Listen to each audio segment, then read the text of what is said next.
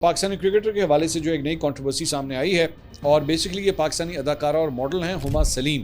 انہوں نے ایک نامعلوم پاکستانی کرکٹر کے حوالے سے جو ہے وہ ایک پوسٹ سوشل میڈیا کے اوپر شیئر کی ہے اور اس میں انہوں نے دعویٰ کیا ہے کہ مذکورہ کرکٹر نے ان کی ساکھ کو نقصان پہنچانے کے لیے ان کے اہل خانہ، دوستوں اور شوبز انڈسٹری سے وابستہ افراد سے رابطے کیے ہیں اور تعلق ختم ہونے کے باوجود مبینہ ہراسانی کا سلسلہ جو ہے وہ جاری ہے. انہوں نے کسی کرکٹر کا نام نہیں لیا ہے لیکن انہوں نے کہا ہے کہ جب بھی میں اپنی زندگی میں آگے بڑھنے کی کوشش کرتی ہوں وہ دوبارہ سامنے آ کر مجھے ذہنی طور پر پریشان کرتا ہے. انہوں نے دعویٰ کیا کہ جب انہوں نے دوبارہ کام شروع کیا تو ان کے پیشہ ورانہ حلقے کے افراد کو بھی ان کے خلاف مبینہ طور پر منفی پیغامات بھیجے گئے. ماڈل نے دعویٰ کیا کہ تعلق ذہنی اذیت پر مبنی تھا اور انہوں نے نام ظاہر کیے بغیر کرکٹر کو دھوکے باز، فراڈیا اور خواتین کا استحصال کرنے والا جو ہے وہ قرار دیا ہے. اور انہوں نے پاکستان کرکٹ بورڈ کے حوالے سے بھی جو ہے ان سے بھی کہا ہے کہ ان کے فنڈز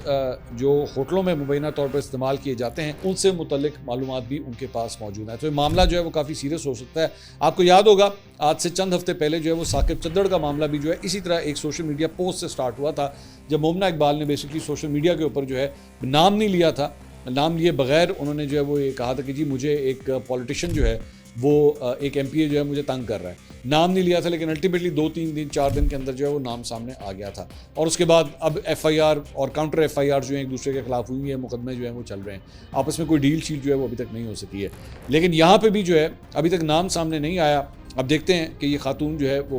اس کرکٹر کا نام لیتی ہیں یا نہیں لیتی.